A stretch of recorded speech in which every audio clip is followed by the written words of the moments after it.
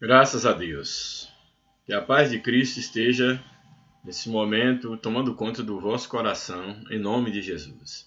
É uma alegria muito grande poder voltar a comunicar com cada um de vocês, para mais uma vez estarmos postando um comentário e mais um tema bíblico das nossas lições da Escola Dominical da CPAD. Hoje nós estaremos postando o comentário da lição de número 12, de 17 de dezembro de 2017.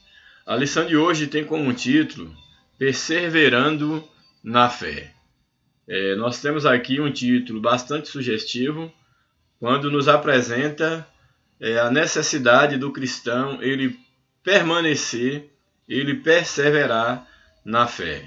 Então, nós sabemos aqui que o sentido da expressão perseverar é exatamente da ideia de permanecer, de resistir firme, de não desistir. E o cristão ele tem como desafio na sua jornada espiritual a perseverança. Não basta um dia ter tido um encontro com Jesus. É necessário que nós permaneçamos ao lado de Cristo. A Bíblia nos apresenta de uma maneira muito clara que aquele que perseverar até o fim será salvo, aquele que permanecer. A Bíblia também nos mostra que é melhor o fim das coisas do que o começo. Não adianta começar bem e terminar mal, desistir da caminhada. Então, diante da realidade da vida espiritual e do desafio que cada cristão tem a enfrentar, é necessário que nunca apague da mente de nenhum daqueles que servem a Deus, que nunca venha sair do seu coração o desejo e a atitude de permanecer, de perseverar em Cristo até o fim da sua jornada. Portanto, o título da lição nos traz essa recomendação, perseverando na fé. E é interessante a ideia aqui do verbo perseverar, aqui estando no gerúndio, que dá exatamente uma ideia de continuidade, de uma ação contínua, mostrando, nos deixando a entender que a fé, que uma vez foi dada aos santos, é necessário que nós possamos conservá-la, é necessário que nós possamos a cada dia estar vivenciando essa fé, vivenciando a vida cristã. Diferente do que alguns podem defender, que uma vez salvo, salvo para sempre, a ideia aqui da perseverança, desse permanecendo, é exatamente nos mostrando o desafio que nós temos, de a cada dia estar andando rumo aos céus, andando ao lado do Senhor, perseverando, mantendo a nossa fé, porque enquanto nós estivermos aqui nessa caminhada, nós estamos sujeitos ao fracasso, sujeitos a fracassarmos na nossa vida espiritual. É por isso que a palavra de Deus, ela nos adverte que aquele que cuida está em pé, que pensa está em pé, que tenha cuidado para não cair, para não fracassar. A palavra de Deus, ela também nos adverte da necessidade de nós sermos firmes e constantes e sempre abundantes na obra do Senhor. É muito interessante esse texto que nos apresenta a necessidade de nós sermos firmes, mas que essa firmeza ela não seja por algum tempo. Infelizmente, nós podemos perceber na caminhada espiritual que muitos que apresentavam uma considerável firmeza, mas com o passar do tempo, as suas forças espirituais, elas foram sendo minadas e hoje já não estão tão firmes como estavam, ou muitos já até abandonaram a caminhada espiritual. Então é necessário que nós estejamos atentos, porque a palavra de Deus, ela nos adverte que nós devemos ser firmes, mas que nós devemos ser constantes. Então é necessário que a tua firmeza ela seja uma firmeza constante, que ela seja algo que venha permanecer durante toda a sua caminhada espiritual, até o momento da vinda de Cristo. E também nós temos que observar que a verdadeira firmeza, porque alguém pode apresentar uma firmeza, mas não ser tão firme na sua firmeza, que a verdadeira firmeza ela é alcançada com a maturidade, com o passar do tempo. Ninguém se torna totalmente firme, ninguém se torna totalmente convicto, totalmente alicerçado na fé de um dia para o outro. a toda uma vivência, a toda uma experiência, a toda uma caminhada espiritual rumo à maturidade, rumo à firmeza na fé. Se nós formos analisar um exemplo prático para nós podermos tirar lições para a nossa vida, quando se planta, por exemplo, suponhamos que alguém vai plantar uma jaqueira, um pé de jaca, por exemplo, quero colocar logo uma árvore de grande porte, um eucalipto, mas vamos tomar aqui um pé de jaca, por exemplo. Quando se lança aí a semente da jaca e o broto, para que venha o broto e venha a nascer, nós temos que parar para observar que, por exemplo, se nós pegarmos aí, tem jaqueiras, por exemplo, que tem cerca de 10, 15 metros de altura ou até mais, com galhos enormes. Então imagine como poderia uma jaqueira desse porte, dessa altura, se sustentar sobre o solo, se não tiver uma boa base que firme todo o seu tronco. Então é interessante nós observarmos que uma jaqueira, para que ela possa estar exercendo a função de jaqueira, para que ela possa manter o seu grande porte, durante meses, durante anos, ela cresceu para baixo. Ela lançou raízes no solo, raízes que percorreram no interior da terra metros de distância, de profundidade de distância, a fim de que pudesse dar uma sustentação ao tamanho da jaqueira. E nós podemos observar que, infelizmente, muitos não compreendem esse processo, tanto na vida familiar, social, financeira, e principalmente na vida espiritual, que é o verdadeiro crescimento, a verdadeira firmeza. Ela não aparece, ela não é aparente.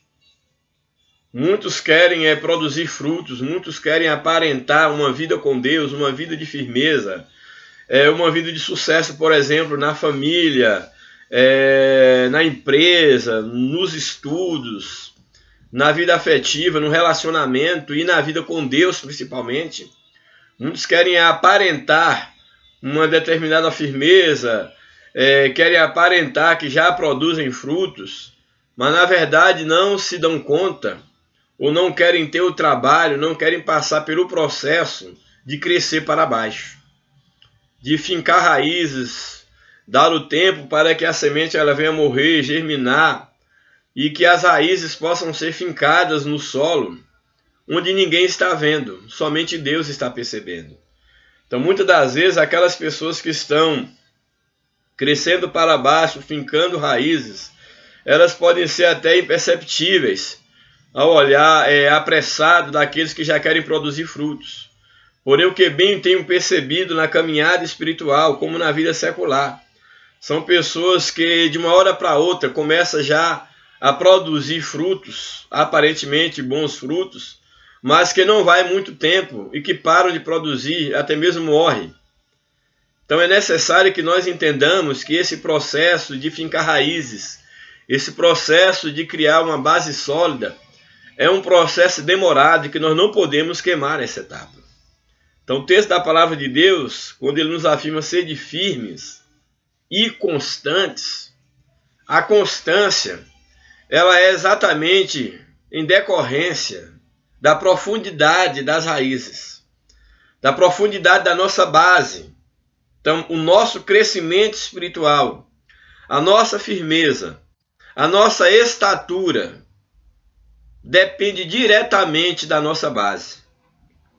Então, você que está me ouvindo nesse momento, certifique-se se de fato você tem fincado raízes profundas no solo da experiência com Deus, ou da sua vida secular, para que de fato você possa produzir frutos, e frutos que permaneçam.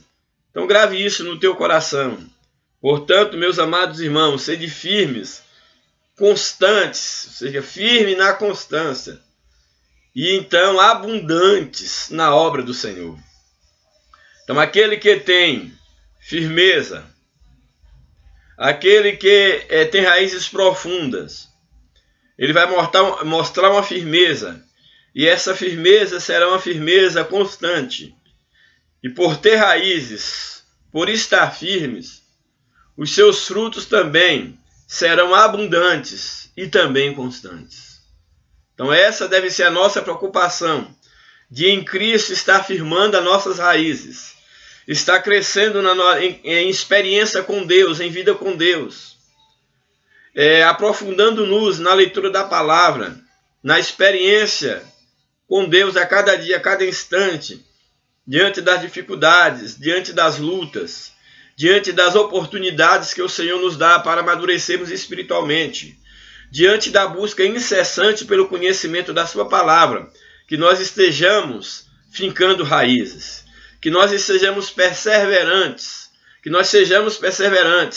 estejamos perseverando em uma vida com Deus, em um desenvolvimento de uma vida com Deus, porque assim nós teremos de fato uma fé sólida, nós teremos de fato uma fé verdadeira.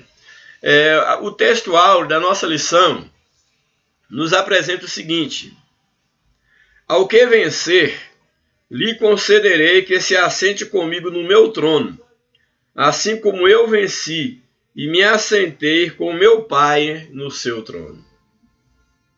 Nós temos aqui uma promessa de Jesus a uma das igrejas ali que foi enviada cartas às 7 igrejas da Ásia. Essa é a carta enviada, a sétima carta enviada ali à igreja de Laodiceia. E o texto nos apresenta a situação espiritual em que se encontrava aquela igreja. E essa igreja, ela também representa muitos que estão vivendo na mesma condição daqueles irmãos da igreja daquele século, ali do século I.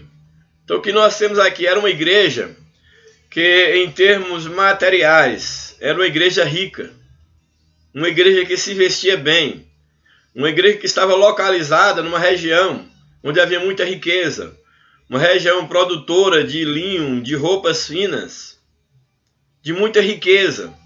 Porém, a repreensão que o Senhor dá a esta igreja de Laodiceia é que ela era uma igreja pobre, miserável, apesar de estar numa região rica e ser uma igreja financeiramente de boas condições. Era uma igreja pobre. Era uma igreja que, apesar de estar numa região onde fabricava-se colírio, a Bíblia diz que era uma igreja cega, que não tinha visão espiritual. Era uma igreja que, apesar de estar num lugar onde se produzia vestes de lã caríssima, porém numa igreja que ela estava nua. Então aquela igreja, materialmente falando, ela tinha veste, ela tinha colírio, ela tinha riqueza, que era os elementos mais importantes daquela sociedade. Porém, espiritualmente, ela era cega, ela era nua e ela era pobre. E o Senhor aconselha que ela comprasse de Deus a verdadeira riqueza, a riqueza que vestisse a sua nudez espiritual, a riqueza que pudesse enriquecer a sua alma, que também pudesse curar os seus olhos espirituais. E aí, diante daquela repreensão, aquela igreja, que também serve para a igreja atual, Jesus então lhe dá essa advertência e também essa promessa, ao dizer: ao que vencer, ou seja, aquele que voltar à prática do primeiro amor, aquele que abandonar o pecado, aquele que se enriquecer espiritualmente, aquele que abrir os seus olhos espirituais, que vestir as vestes da santidade, Jesus dá então essa promessa: ao que vencer, lhe concederei que se assente comigo no meu trono. Palavra de Jesus. Assim como eu venci e me assentei com meu Pai no seu trono. Aí Apocalipse 3, verso 21. Louvado seja o nome de Jesus. A verdade prática nos apresenta: a vida cristã exige perseverança, coragem e determinação. há uma gloriosa promessa para quem perseverar até o fim. Muito interessante essa verdade prática, uma verdade que tem que ser colocada em prática. Quando o comentarista ele nos apresenta que a vida cristã é uma vida de exigência. E a primeira coisa que eu chamo a tua atenção: aqueles que querem abraçar a fé, aqueles que querem ter uma caminhada verdadeira na presença de Deus, aqueles que querem caminhar com Cristo, devem estar conscientes que a vida cristã é uma vida que exige daqueles que a ela se aproximam. Então a vida cristã é uma vida de exigência. Nós sabemos que faz parte da natureza humana querer as coisas de um modo fácil e de um modo prático. E muitos têm aproximado da religião para ter uma vida fácil. Um evangelho da facilidade. Um evangelho que não apresenta a cruz, que não apresenta a renúncia, não apresenta o negar-se a si mesmo. Se porventura você veio atrás desse evangelho, você está atrás de um evangelho de facilidade, de uma vida cristã sem exigência, não é essa a proposta de Cristo para você. A vida cristã é uma vida de exigência. Como tudo que é bom nessa vida, requer uma exigência, requer uma determinação, requer um preço a pagar. Aqueles que porventura um dia querem alcançar, por exemplo, um nível superior, ir para uma universidade, para uma faculdade, quem sabe se tornar um médico, um doutor, um advogado, um professor, um profissional, intelectual. É necessário que eles tenham disciplina, porque essas formações exigem dessas pessoas muito.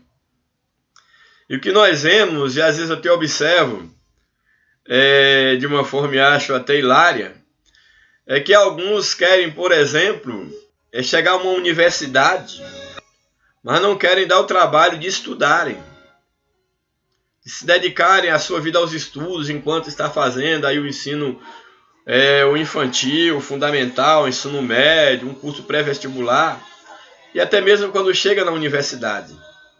Há uma exigência para tudo aquilo que se é bom. E a vida com Deus é a melhor vida que o homem pode experimentar. Andar com Deus é a maior experiência da vida do homem.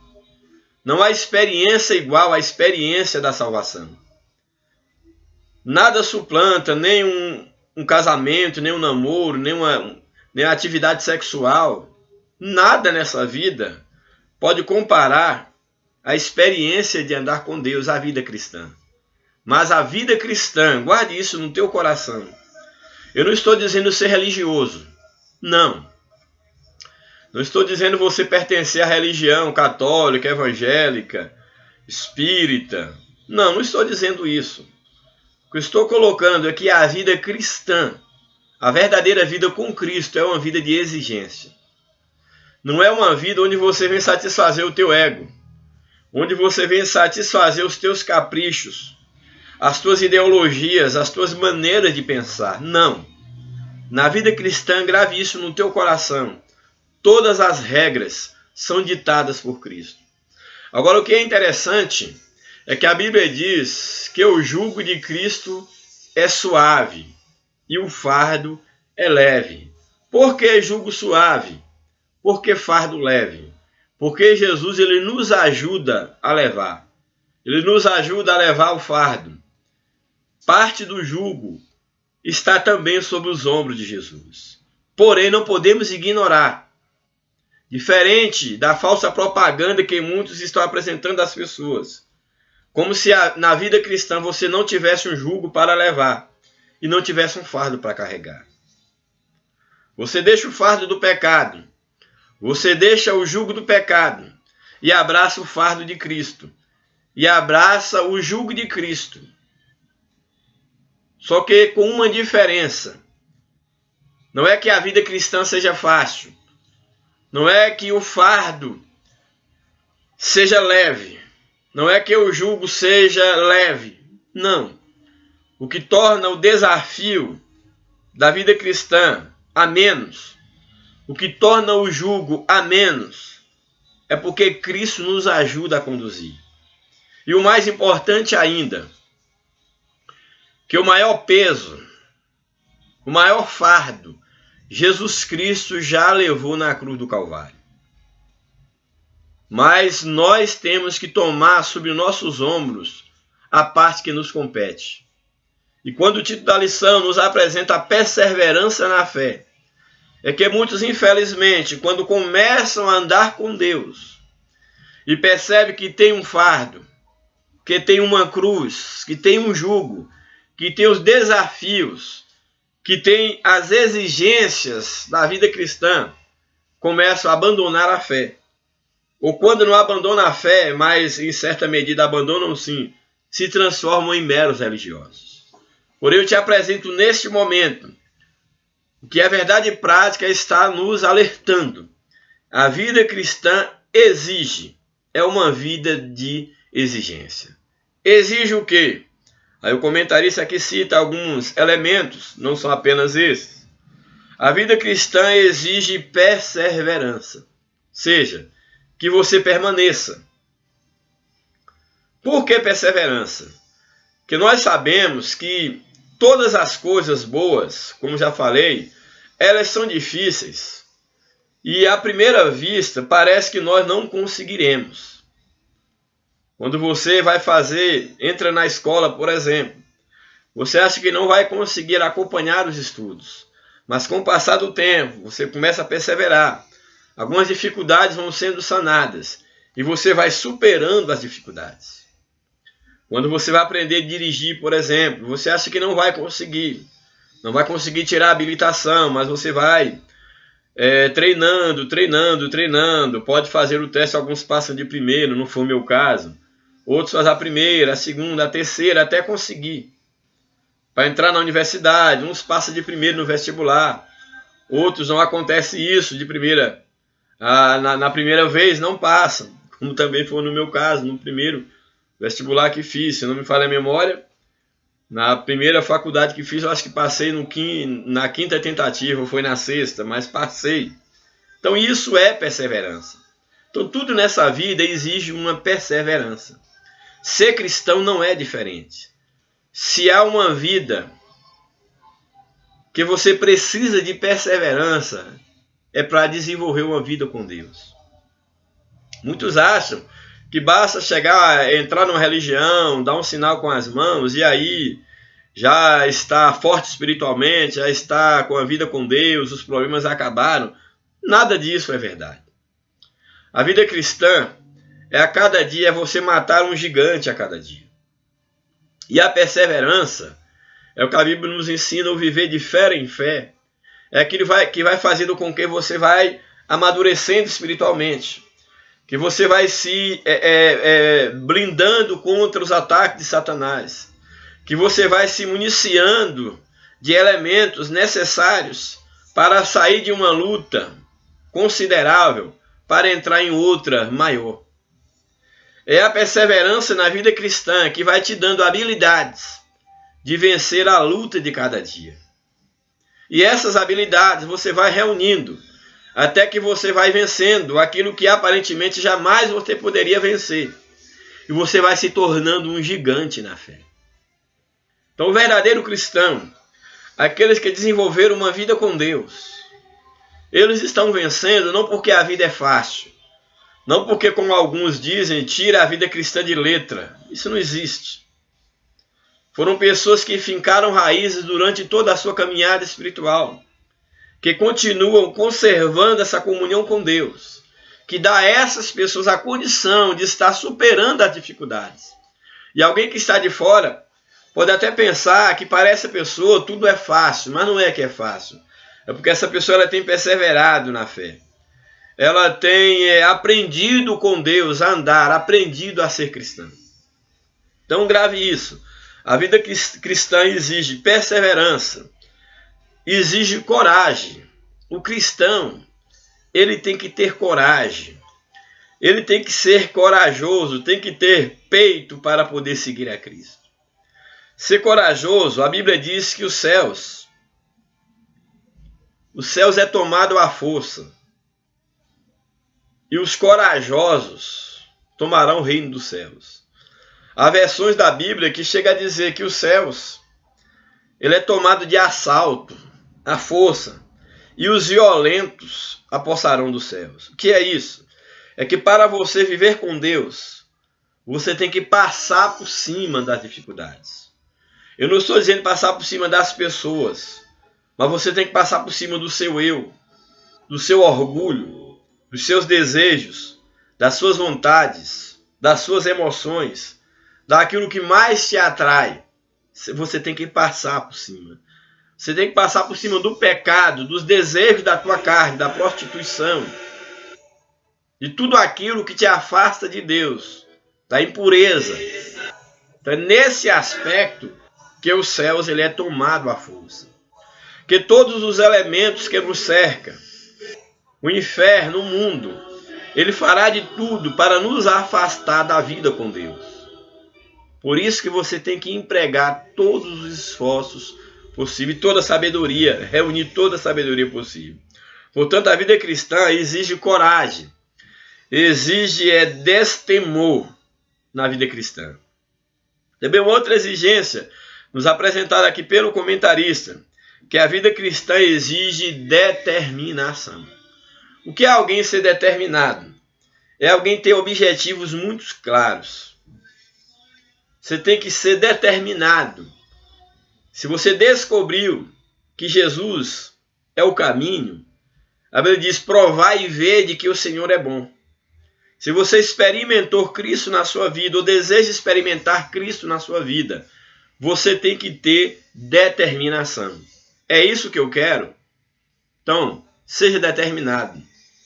A pessoa determinada é aquela que não ignora as dificuldades, que não ignora o monte à frente, mas que ela colocou dentro de si o propósito de chegar, de alcançar o seu objetivo. Então, nosso objetivo é estar em Cristo, porque estando em Cristo, nós chegaremos nas mansões celestiais. Então, se o meu objetivo é Cristo, e não meramente o céu, como alguns dizem, que muitos estão dizendo, meu objetivo é o céu. Mas para ir para o céu é necessário passar por Cristo. Então você pode até trocar essa música. Ao invés de você dizer, o meu objetivo é os céus, a partir de hoje digo, o meu objetivo é Cristo. O meu objetivo é estar em Cristo.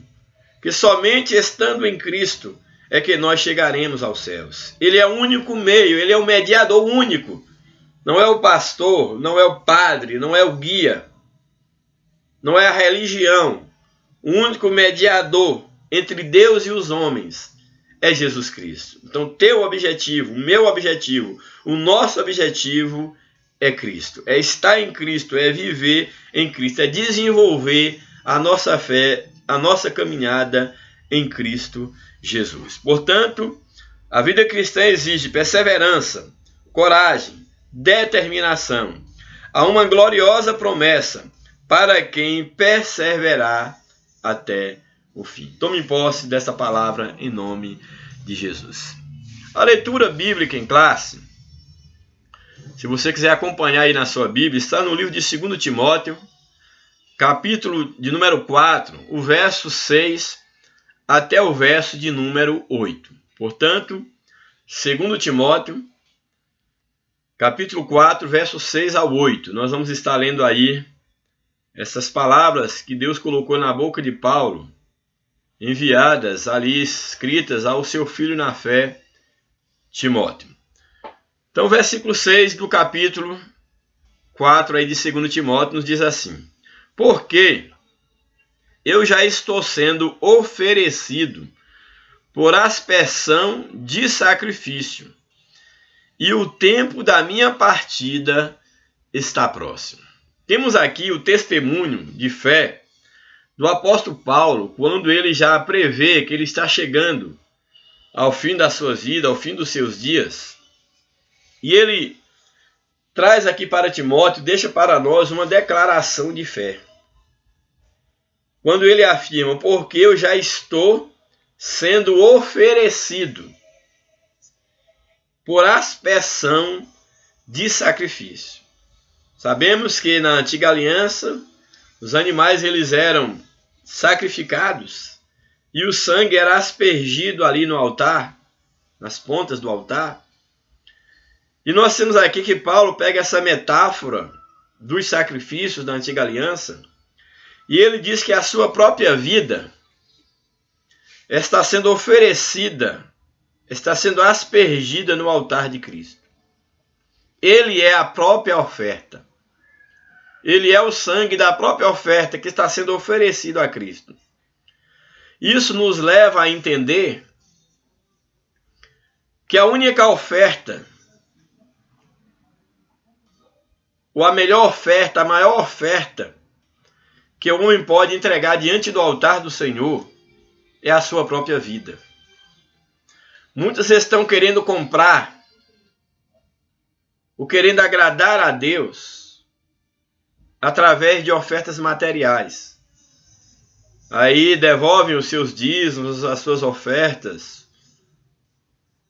pratica as esmolas, as obras sociais, como se através disso, dessas manifestações, pudesse estar comprando a graça de Deus, ou agradando a Deus. Na verdade, nada pode comprar a graça de Deus, nem a tua própria vida. Porém, o que há de mais importante que você pode oferecer a Deus, não para comprar a sua graça, mas como um gesto de gratidão, é exatamente oferecer a sua própria vida. Então, se porventura você oferta na igreja, você dizima na igreja, você dá esmola, mas você nunca entregou de fato a tua alma, a tua vida para Deus, a tua esmola, o teu dinheiro não serve para nada. Seria mais interessante tu pegasse esse seu dinheiro e investisse em outra coisa. Em comida, em bebida, no churrasco, seja lá o que for, o que te apraz.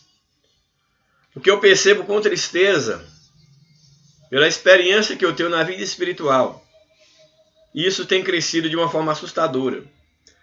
Quantas pessoas estão preocupadas em manter as aparências, em apresentar um marketing, em cumprir com compromissos com a religião, com a sociedade religiosa.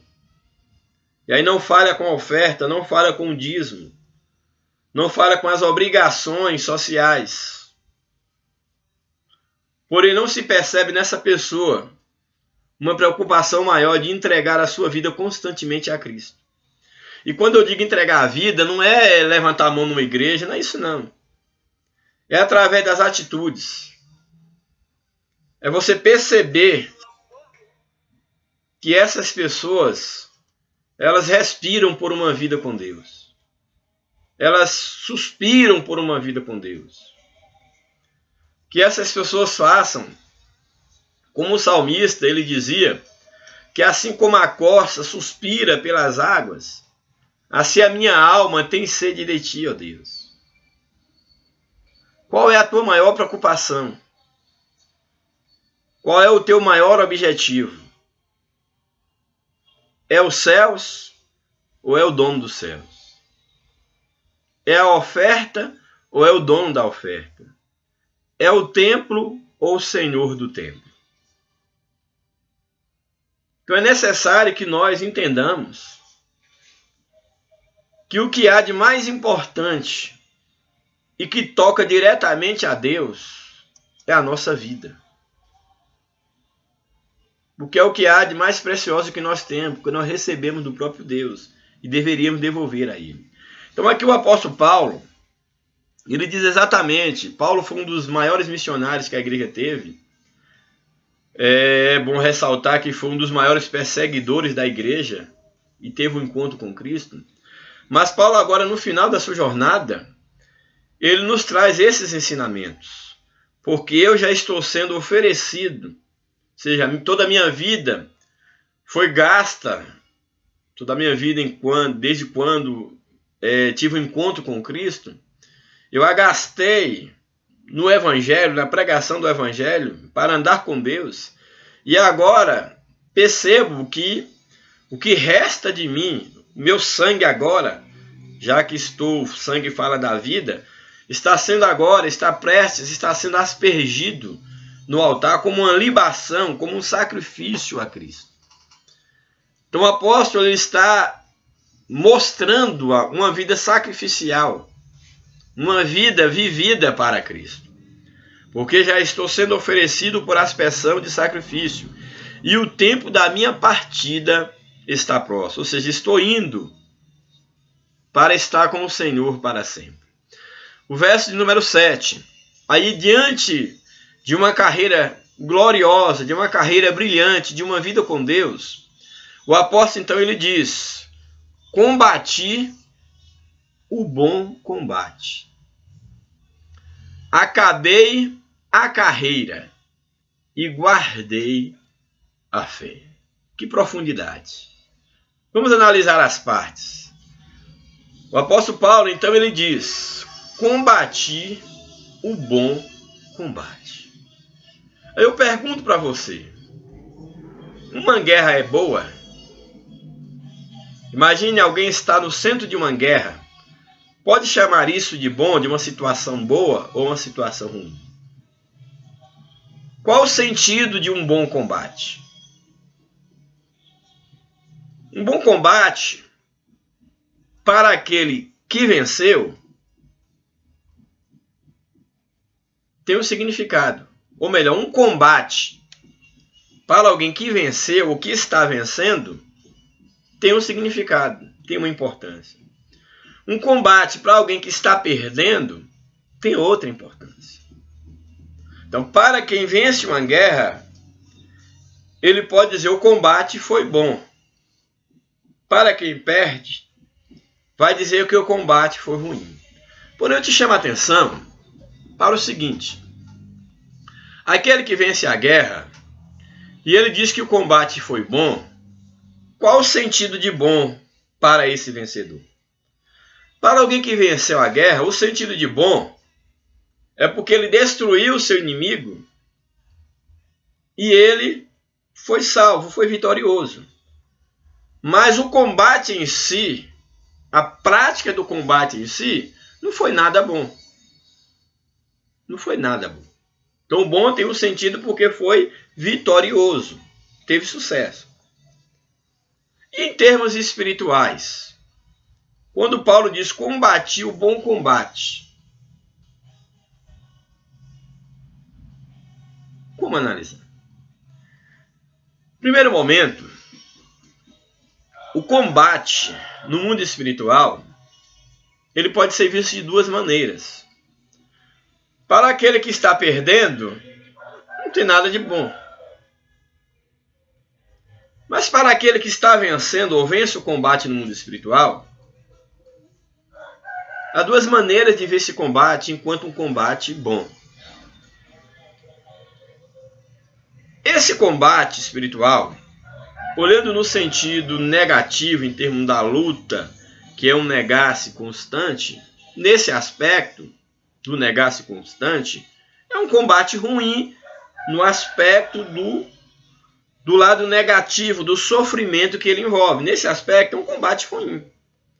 Porém, há dois lados bons desse combate. Primeiro, por que é um bom combate? É um bom combate, não primeiro, quando eu digo não necessariamente nessa ordem. O combate espiritual ele é bom para aquele que está vencendo, da mesma maneira que é bom para quem venceu a guerra, porque venceu, não foi destruído. Então, para quem vence na vida espiritual, o combate é bom, porque está sendo ou é ou será vitorioso. Mas não só porque foi e é vitorioso. O combate na vida espiritual ele é bom também porque é um combate que você está lutando. Mas nessa luta espiritual, você está tendo gozo. Porque é uma guerra que não é uma guerra minha. É uma guerra do Senhor. Então é o Senhor estar combatendo com você. E você está em meio à luta. você pode sorrir. Entende? Não é só a questão da vitória em si. É que você pode sorrir.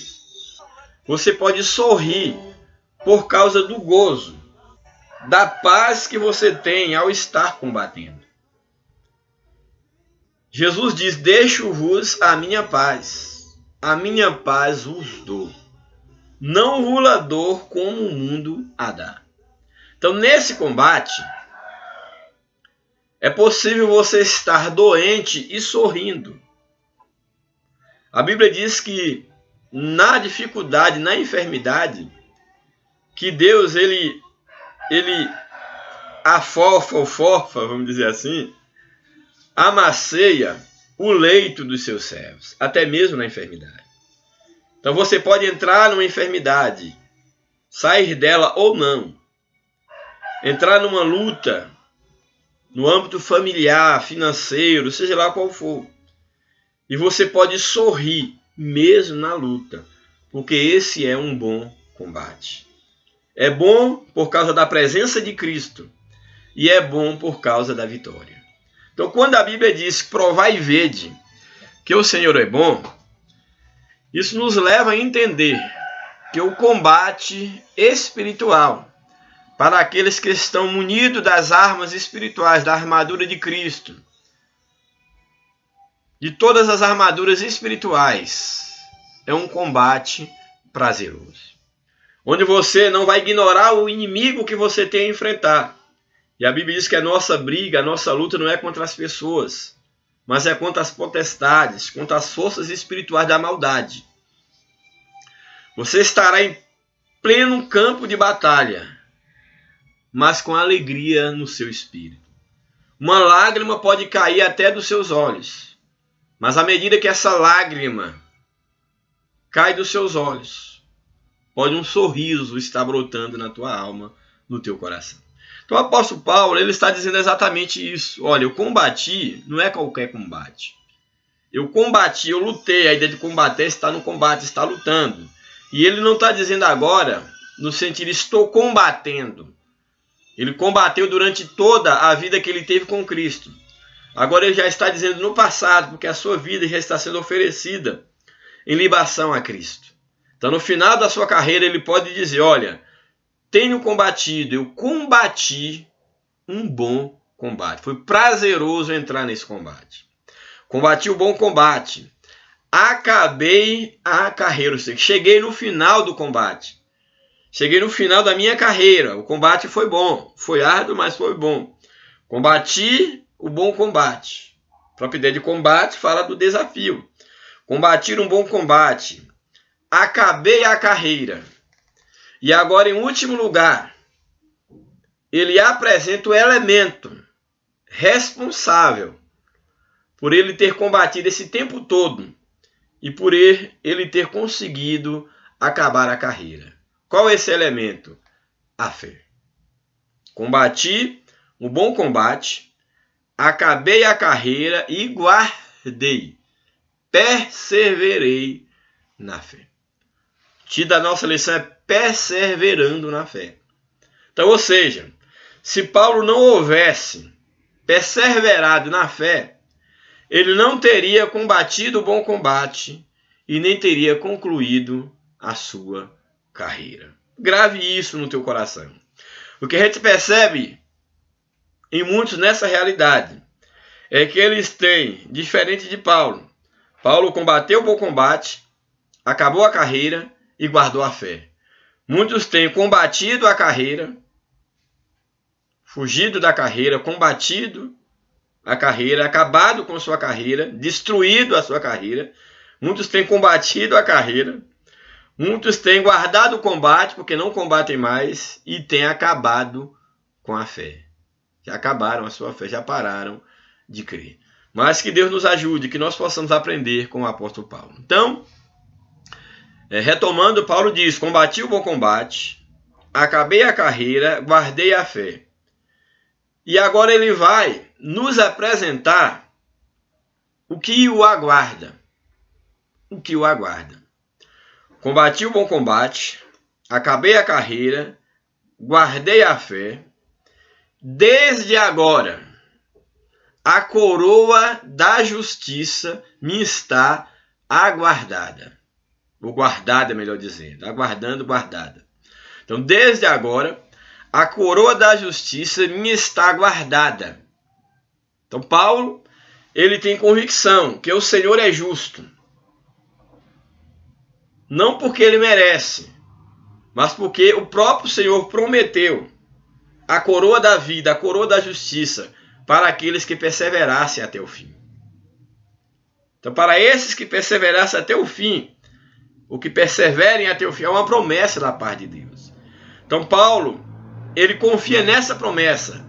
E então ele diz, desde agora, a coroa da justiça me está guardada, a qual o Senhor, justo juiz, Deus ele é justo, Jesus é justo, o Senhor justo juiz me dará naquele dia. E aí ele diz algo interessante. E não somente a mim, ou seja, não só eu estou nesse combate, entrei nesse combate. Não somente a mim, mas também a todos que amarem a vinda do Senhor. Ou seja, todos aqueles que entrarem nesse combate, que combater o bom combate, que acabar a carreira e guardar a fé, a esses também há uma coroa, a coroa da justiça, a coroa da vida eterna, da salvação eterna, os aguarde. Louvado seja o nome de Jesus para sempre. Graças a Deus. Louvado seja Deus. Bem, agora nós vimos aí então a leitura bíblica em classe. Vamos então para a introdução da nossa lição. A introdução da nossa lição nos diz: a Bíblia nos revela a salvação em Cristo e a confirmação desse bem precioso por intermédio da testificação do Espírito Santo. A consequência dessa realidade espiritual é desfrutarmos de uma imensa alegria que só os salvos podem obter enquanto peregrinam como testemunhas de Cristo nessa vida. Entretanto, convém alertar que as Escrituras mostram a possibilidade de se perder a salvação em casos de apostasia da fé em Cristo. Por isso, o crente deve perseverar até o fim. Ou perseverar na fé. Então, nós temos aqui que a introdução nos apresenta a ideia do título da lição da perseverança na fé. É porque a Bíblia nos mostra, as Escrituras nos mostram a possibilidade do homem ele perder a sua salvação. Então, diante dessa possibilidade, compete ao homem perseverar na fé. O homem perde a salvação exatamente em decorrência da apostasia, dele apostatar da sua fé. E aí o texto ele vai estar exatamente, ou ele exatamente nos apresenta isso. O primeiro tópico da lição nos apresenta o título, a perseverança bíblica. Primeiro subtópico, conceito bíblico de perseverança. O que é perseverar? Perseverar remota a ideia de permanecer, de resistir. Em nosso caso, não desistir da fé cristã em tempos de tentação, aflição, angústia, aprovação e perseguição. Nosso desafio, mesmo vivendo tais dificuldades, é o de mantermos-nos inflexíveis e firmes na fé em Cristo, esperando pacientemente nele em tudo. É uma capacidade divina para resistir ao dia mau. Ou seja, o conceito bíblico de perseverança é exatamente não desistir, resistir ao diabo, resistir às tentações e permanecer firme, não desistindo da fé cristã, da fé que uma vez foi dada aos santos. Diante desse ato de perseverar, de permanecer, de resistir, de não desistir, é necessário que o cristão ele esteja atento a algo que eu achei muito interessante, que o comentarista aqui nos apresenta, que nosso desafio, mesmo vivendo as dificuldades, é o de manter-nos inflexíveis. Muito interessante. O que é ser inflexível? Olha, o cristão ele deve ter cuidado para não ser inflexível, em relação à dor do outro, à fraqueza do outro, em relação às falhas do outro, ele tem que ser flexível. Ele tem que sentir a miséria do outro, ele tem que ajudar, ele tem que amar o próximo. Aqueles que estão lá perdidos, nós temos que ser sensíveis aos perdidos, sermos flexíveis àqueles que carecem de salvação. Porém, no tocante à perseverança na fé, nós temos que ser inflexíveis em relação a abrir mão de princípios da palavra de Deus. Nós sabemos quantos movimentos, quantos cristãos, quantos líderes, eles têm sido flexíveis em relação a alguns valores, ou aos valores da vida espiritual. Os valores da vida espiritual, eles não podem ser negociáveis ou negociados. Eles não podem ser mudados, trocados, eles não podem ser minados. Eles não podem flexionar. Então, nesse sentido, daquilo que é certo, daquilo que é justo, daquilo que é puro, daquilo que é verdadeiro, em relação a tudo isso, o verdadeiro cristão que está perseverando na fé, ele tem que ser inflexível. A Bíblia diz que o nosso dizer sim tem que ser sim. O nosso não tem que ser não. E isso cabe plenamente em relação a aspectos morais, aspectos éticos da vida cristã, da vida com Deus. Não estou falando de vida religiosa. Não estou falando de costumes humanos que passam. Não estou falando disso. Eu estou falando de princípios da palavra de Deus. Então, no tocante a princípios da palavra de Deus, o conceito de perseverança é que nós sejamos inflexíveis, que nós sejamos firmes na fé. Qual a ideia de firmeza? É não abrir mão, não negociar. Se é reprovável à luz da palavra de Deus, não tem negociação. Ah, mas pode ferir alguém, mas pode espantar alguém, pode fazer com que alguém não abrace a igreja, a religião.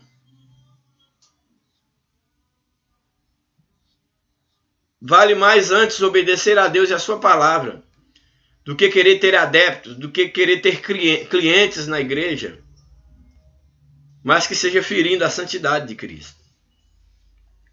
Então aquilo que é errado, meu amado, minha amada, aquilo que é errado vai ser sempre errado.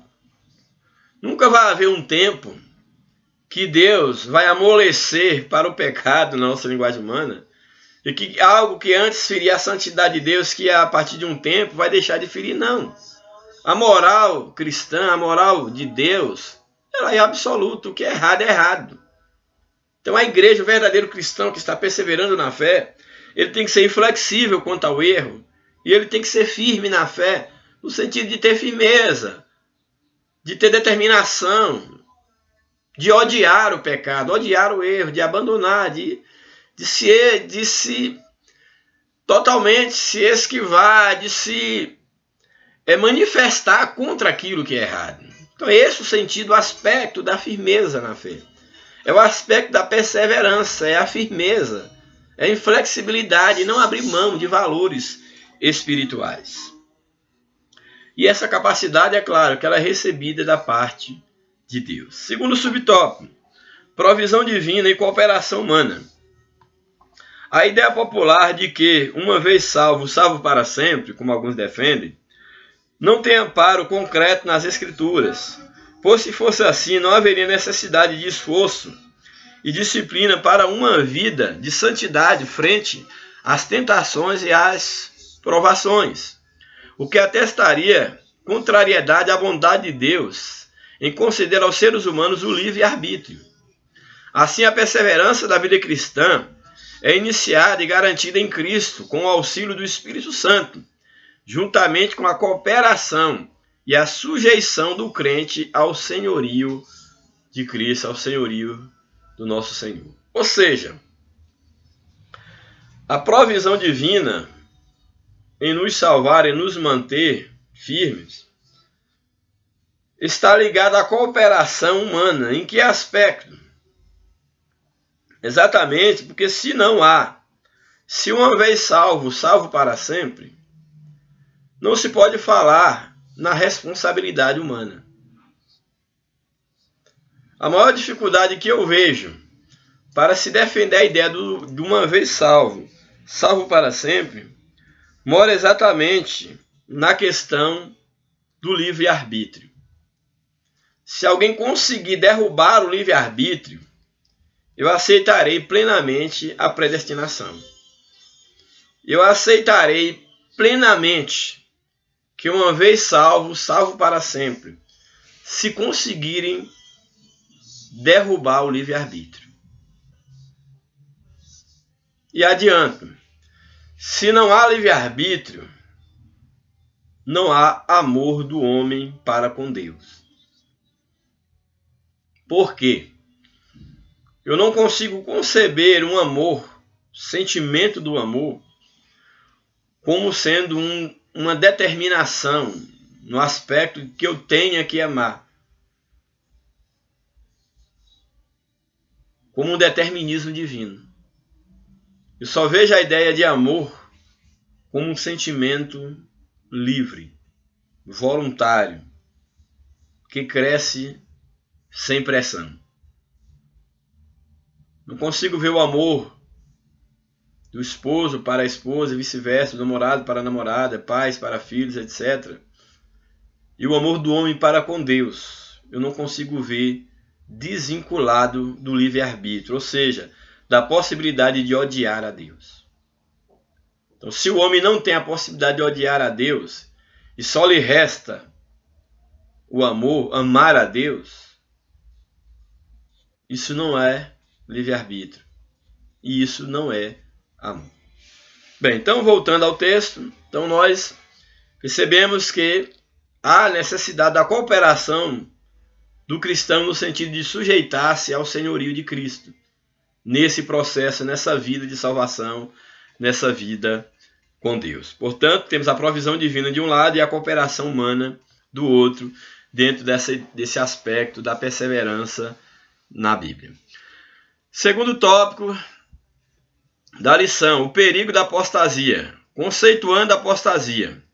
Apostasia, do grego apostasis, significa afastamento, remonta ao abandono premeditado. Então, o que é apostasia à luz da Bíblia? É o abandono premeditado da fé. Abandono premeditado e consciente da fé cristã. É negar, renunciar, distorcer propositalmente o ensino das Sagradas Escrituras. Então, aquele que conhece a palavra de Deus, que já experimentou Cristo, e agora de maneira consciente, proposital, se volta contra a palavra, contra Cristo, contra os princípios da palavra de Deus, está apostatando da fé. Isso é tão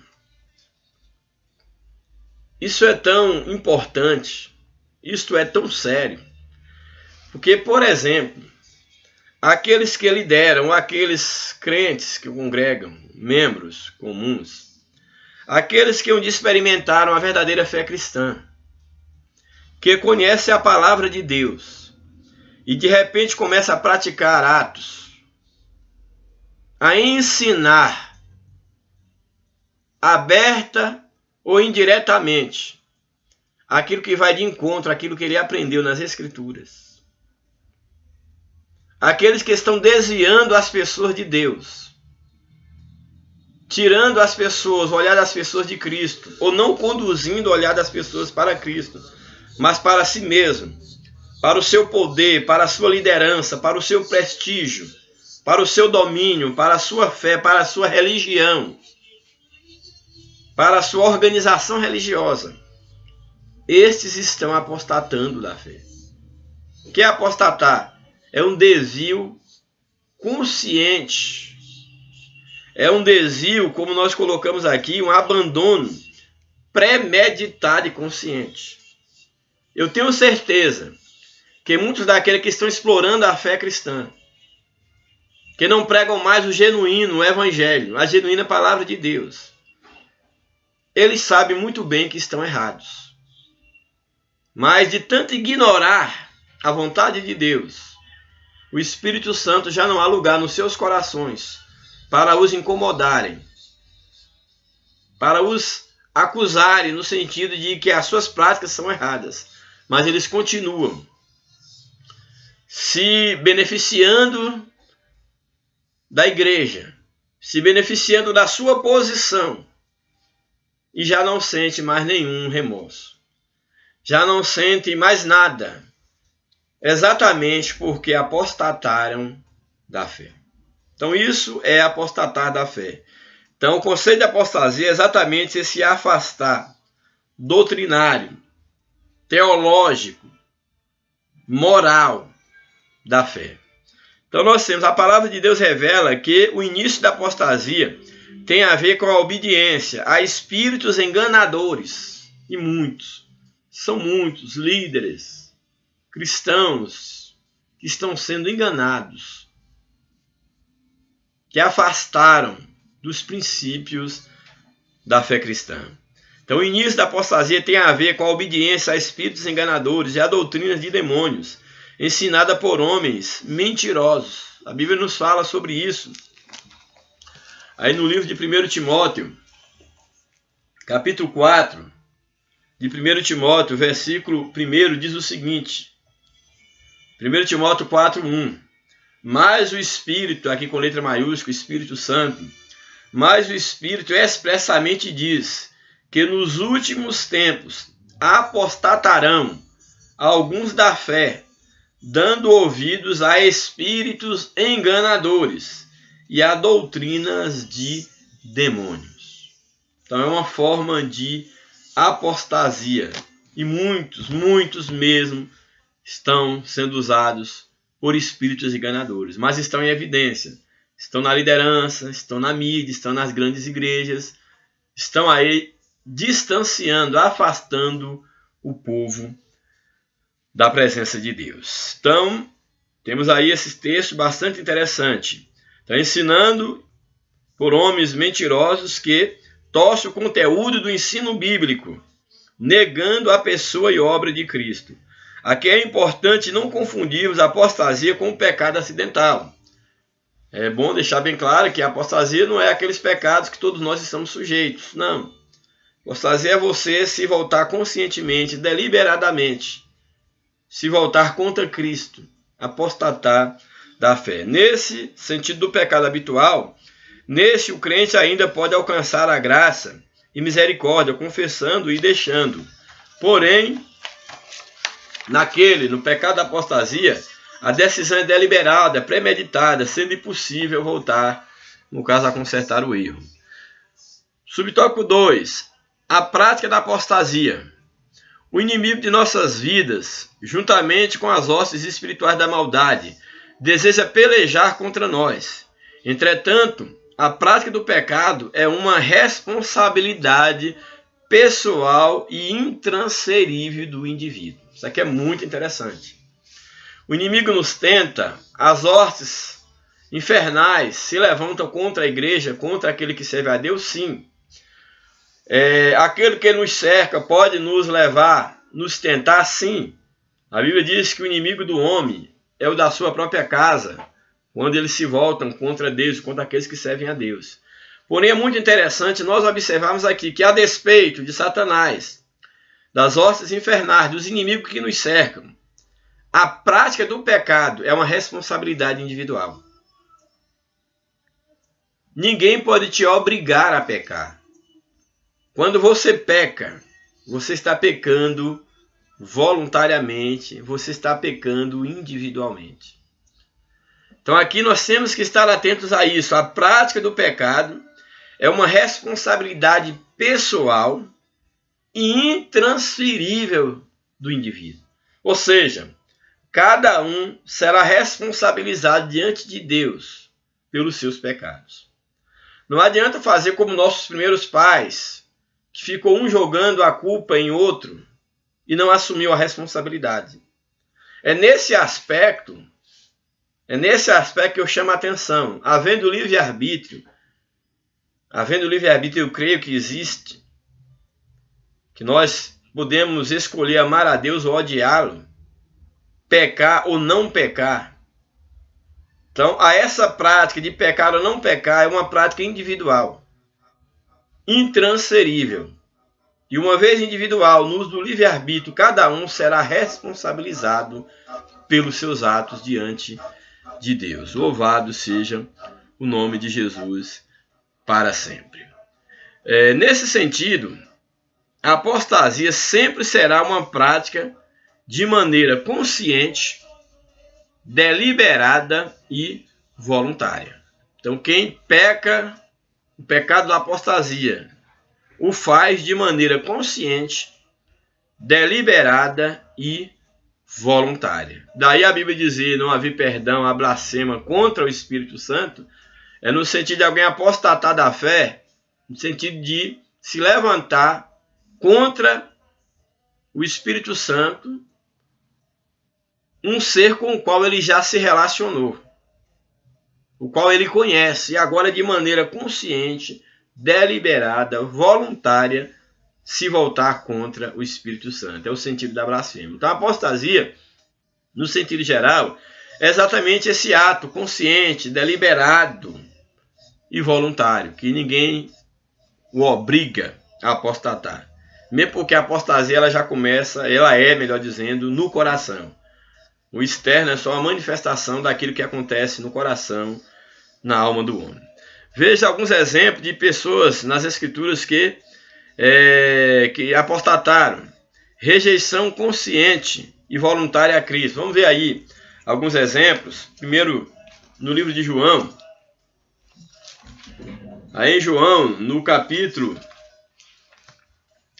João capítulo 13, verso 25 ao 27, nos diz o seguinte: inclinando-se ele sobre o peito de Jesus, disse-lhe: Senhor, quem é? Jesus respondeu: é aquele a quem eu der o bocado molhado. E molhando o bocado, o deu a Judas Iscariotes, filho de Simão.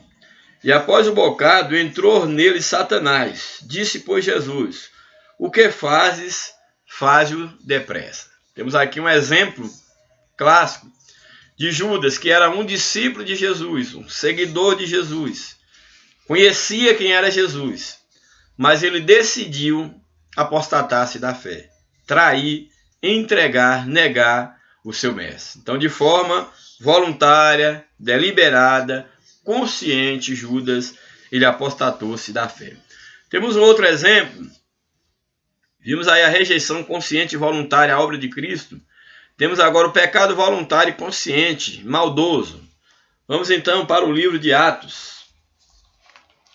Atos dos Apóstolos, capítulo de número 5 de Atos dos Apóstolos, versículo de número 3 ao 5. Capítulo 5 de Atos dos Apóstolos, versos 3 ao 5. Nos diz o seguinte, 3 ao 5.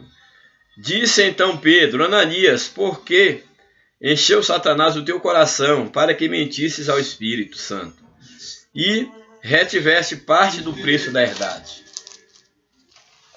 Verso 4 a seguir. Guardando-a não ficava para ti, e vendida não estava em teu poder, porque formaste este desígnio em teu coração, não mentisses aos homens, mas a Deus.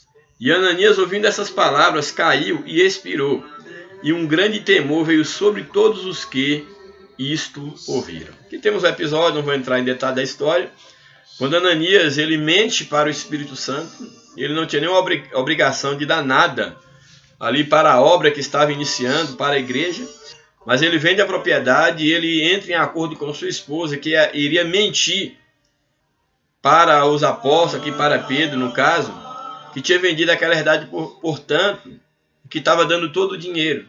Quando na verdade ele não tinha nenhuma obrigação de dar um centavo, ele poderia dar o que quisesse, quem sabe 10%, a metade, o todo, mas ele não era obrigado.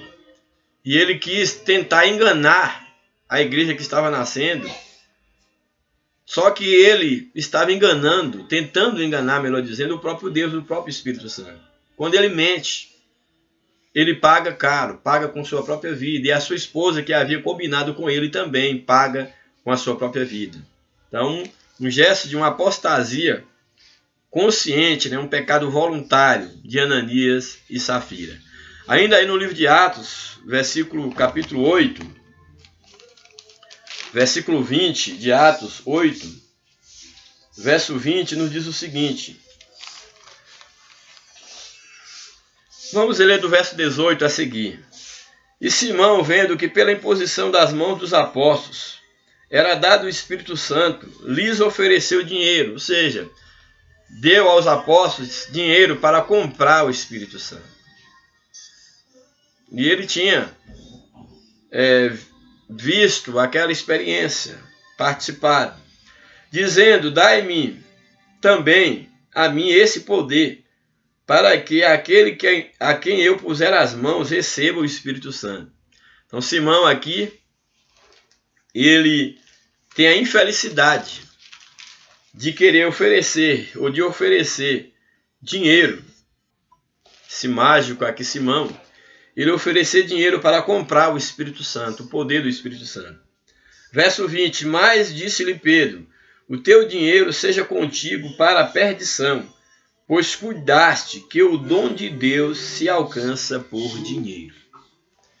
Nós sabemos que, infelizmente, tem muitos que estão querendo comprar o dom de Deus, o que até receberam um dom de Deus, e que estão vendendo, usando desse dom para ganhar dinheiro.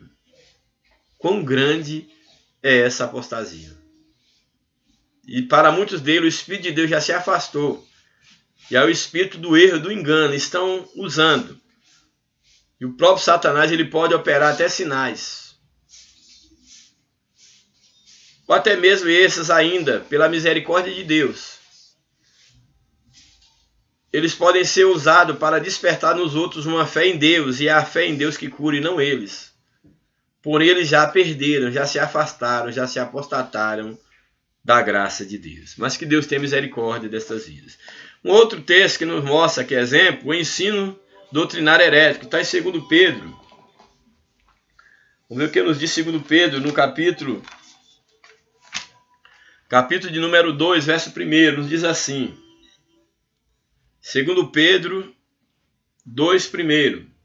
E também houve entre o povo falsos profetas, como entre vós haverá também falsos doutores, que introduzirão encobertamente heresias de perdição, e negarão o Senhor que os resgatou, trazendo sobre si mesmo repentina perdição.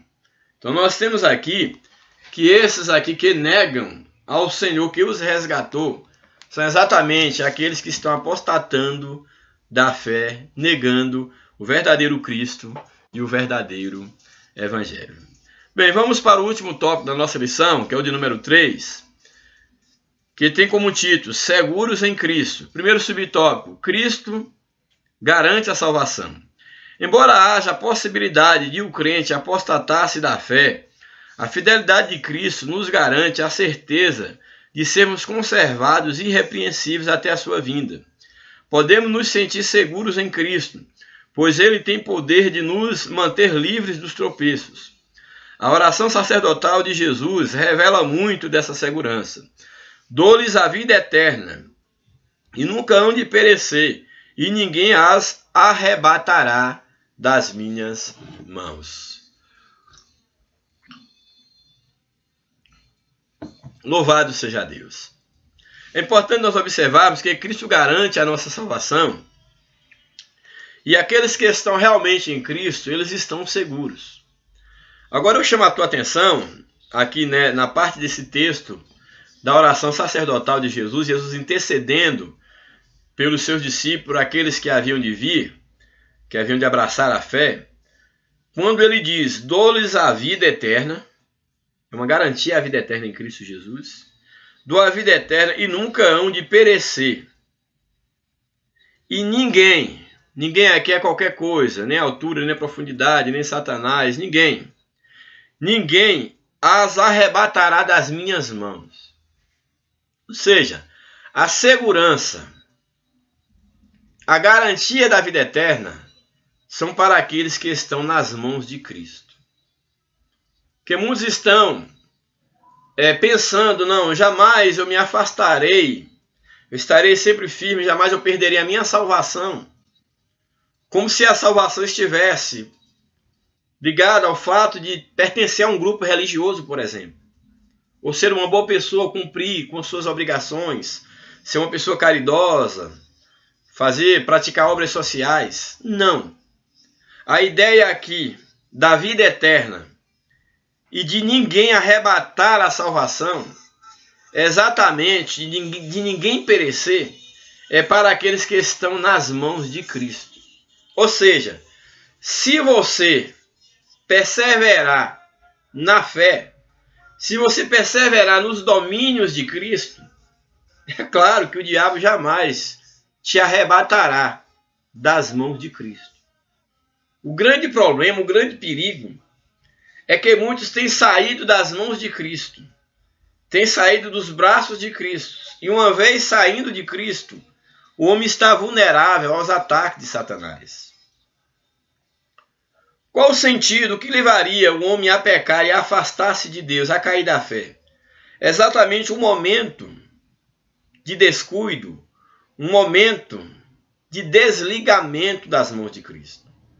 Como o homem tem a liberdade de querer continuar com Cristo ou não, em dado momento, pela vista dos seus olhos, pela concupiscência dos olhos, a soberba da vida, pelo desejo, a ganância,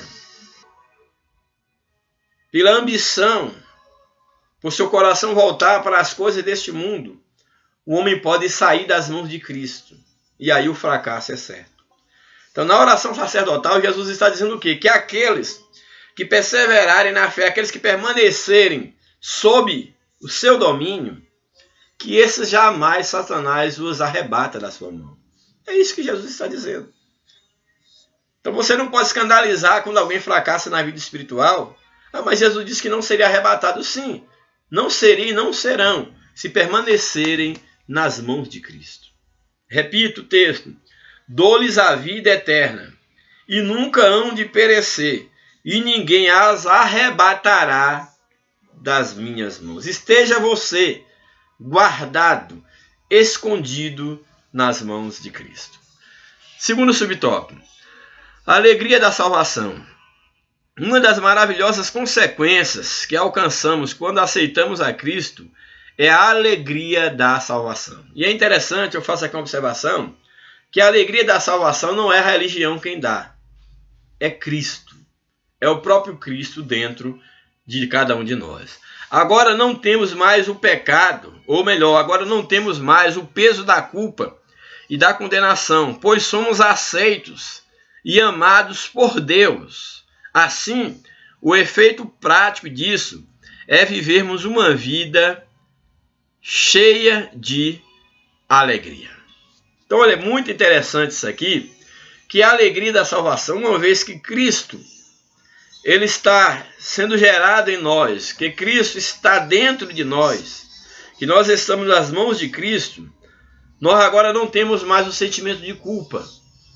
Nós podemos agora ter a alegria da salvação, à medida que estamos em Cristo Jesus. Agora não temos mais o peso da culpa nem a condenação. Esse é o efeito prático de vivermos a alegria da salvação.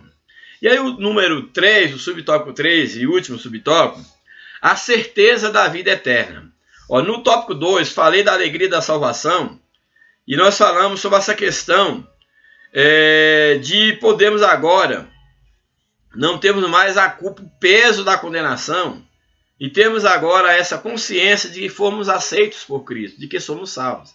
E o 3 fala exatamente dessa certeza de vida eterna daqueles que estão em Cristo Jesus. Agora eu chamo a atenção, eu vou ler esse subtópico, vou chamar a atenção para algo aqui que eu achei muito importante nesse último subtópico. O nosso fundamento na certeza da vida eterna não está firmado no mérito próprio. Não está firmado no mérito próprio, vou voltar a falar sobre isso. Mas única e exclusivamente no mérito da obra salvífica de Cristo. Embora tenhamos o livre-arbítrio para tomar decisões, o Espírito Santo age para nos convencer e nos converter do caminho errático. Ainda que falhemos em alguma coisa, nosso Senhor nos prende por meio de laços de amor, trazendo-nos de volta ao aprisco. Olha, a certeza da vida eterna. Olha, chama a atenção de você que a certeza da vida eterna só Cristo pode dar.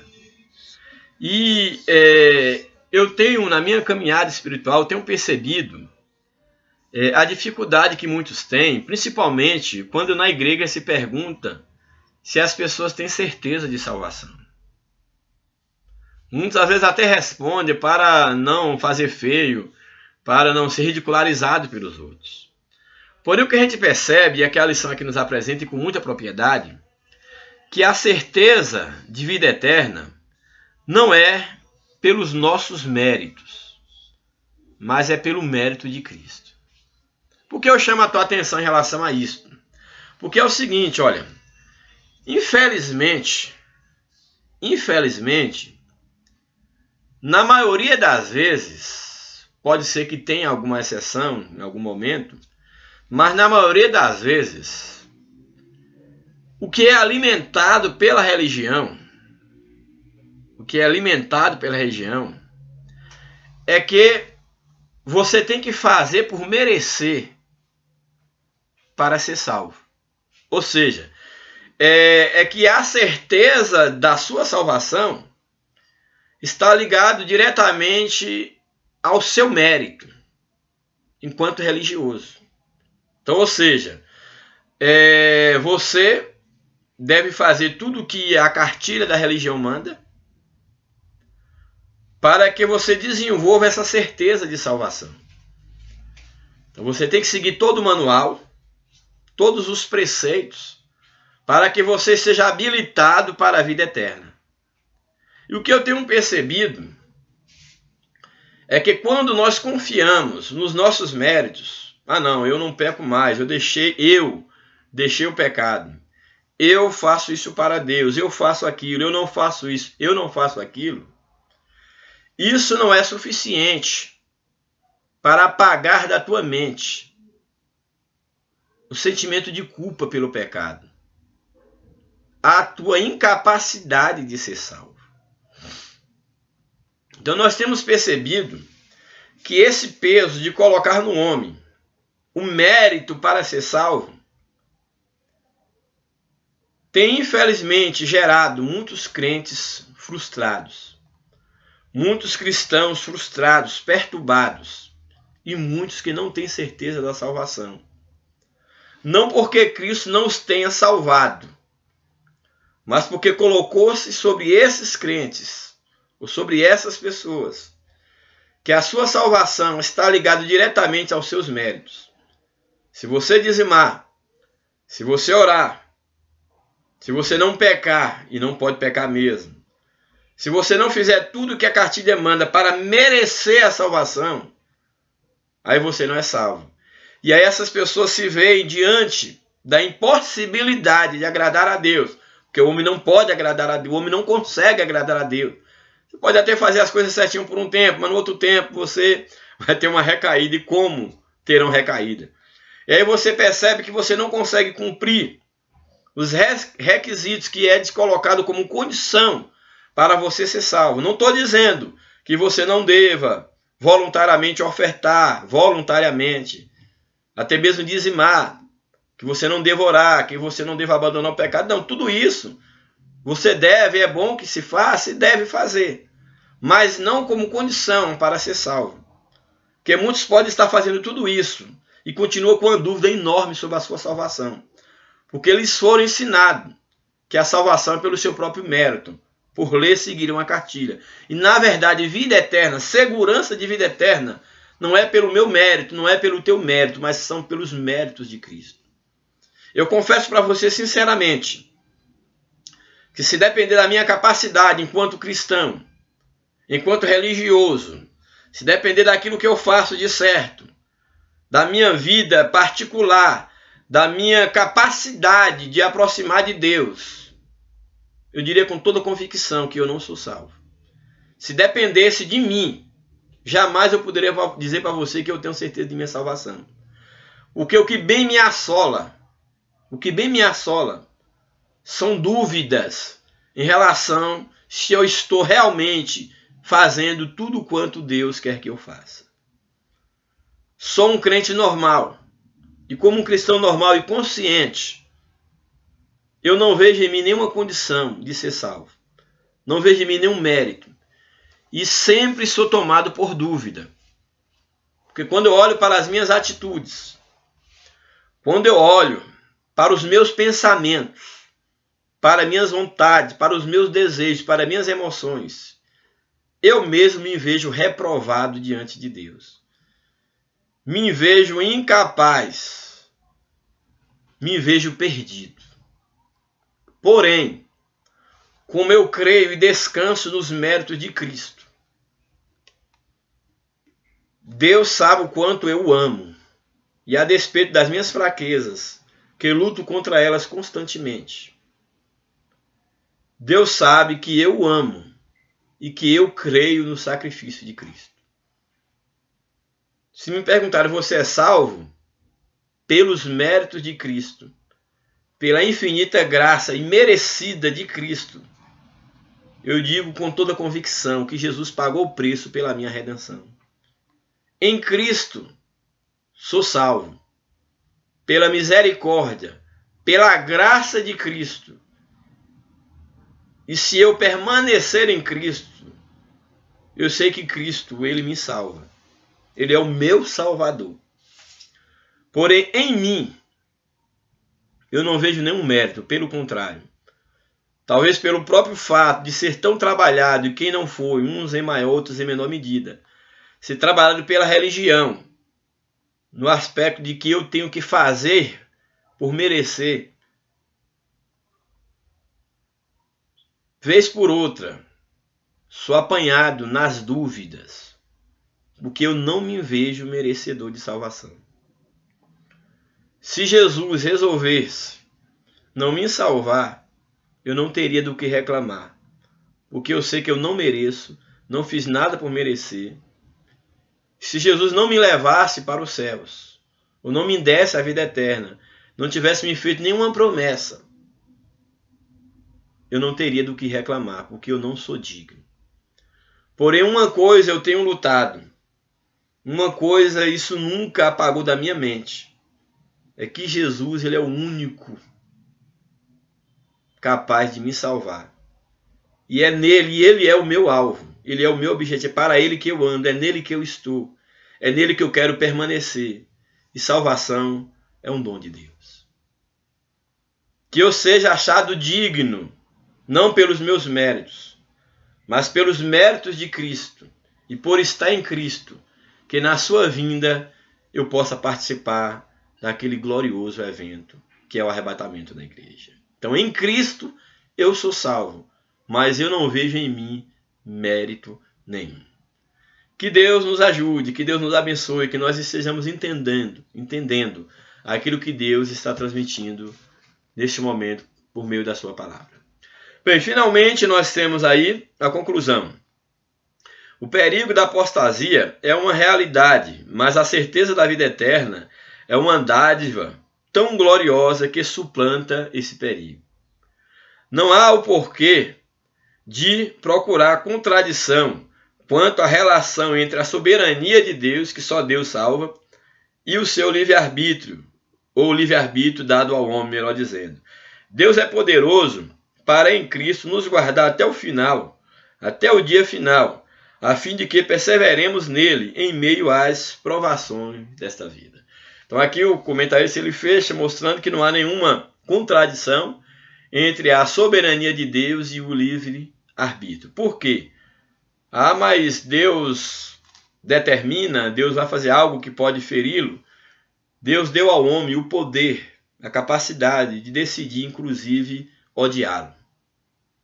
E nós temos que entender que Deus, na sua soberania, Deus, ele deu ao homem, enquanto soberano, ele é soberano, e na sua soberania ele deu ao homem o livre-arbítrio. E Deus, ele não faria, ele não faz nada que vai de contrário aos seus propósitos, que vai de contrário à sua moral. Então Deus, ele é soberano? É. Alguém pode também ficar, mas se Deus é soberano, ele poderia fazer algo que ele mesmo não pudesse desfazer. Ou, por exemplo, Deus poderia criar uma montanha tão pesada Já que ele é soberano, ele é todo poderoso, será que ele poderia fazer uma montanha tão pesada que ele mesmo não pudesse erguê-la? Porque se ele não puder fazer uma montanha que ele não possa erguê-la, então ele não é Deus? Ou se ele fazer uma montanha tão pesada, ele pode fazer essa montanha, mas ele não pode erguê-la, ele também não seria Deus? Só que isso são perguntas de uma mente humana, de uma mente distanciada da verdadeira fé em Cristo. Por quê? Porque Deus, na sua soberania, ele não faz nada que vai de encontro à sua própria natureza. Deus jamais faria algo que vai de encontro aos seus próprios propósitos. Tudo quanto Deus faz com um propósito. Até o ímpio para o dia do mal. Então Deus deu ao homem o livre-arbítrio com um propósito. Qual o propósito do homem? Escolher amá-lo ou rejeitá-lo. Então que Deus nos abençoe. Que o Espírito de Deus fale profundamente ao teu coração. Que você possa viver uma vida de glorificação a Deus. Que você possa viver uma vida para Deus. Que você possa perseverar na fé. Pois aquele que perseverar até o fim será salvo. Isso foi palavra dita dentro de um contexto específico para um determinado grupo e dentro de uma determinada época, dentro de um determinado contexto escatológico também. Mas essa palavra também é dirigida à igreja atual, aos crentes atual. Devemos perseverar até o fim, porque a nossa vitória está em Cristo. A nossa jornada ainda não acabou. Então permaneçamos em Cristo e certamente Cristo nos dará a vitória. Que Deus abençoe, que Deus abençoe a sua família, um beijo no teu coração e que o Senhor te cubra de bênção. Em nome de Jesus e a paz do Senhor. E até a próxima.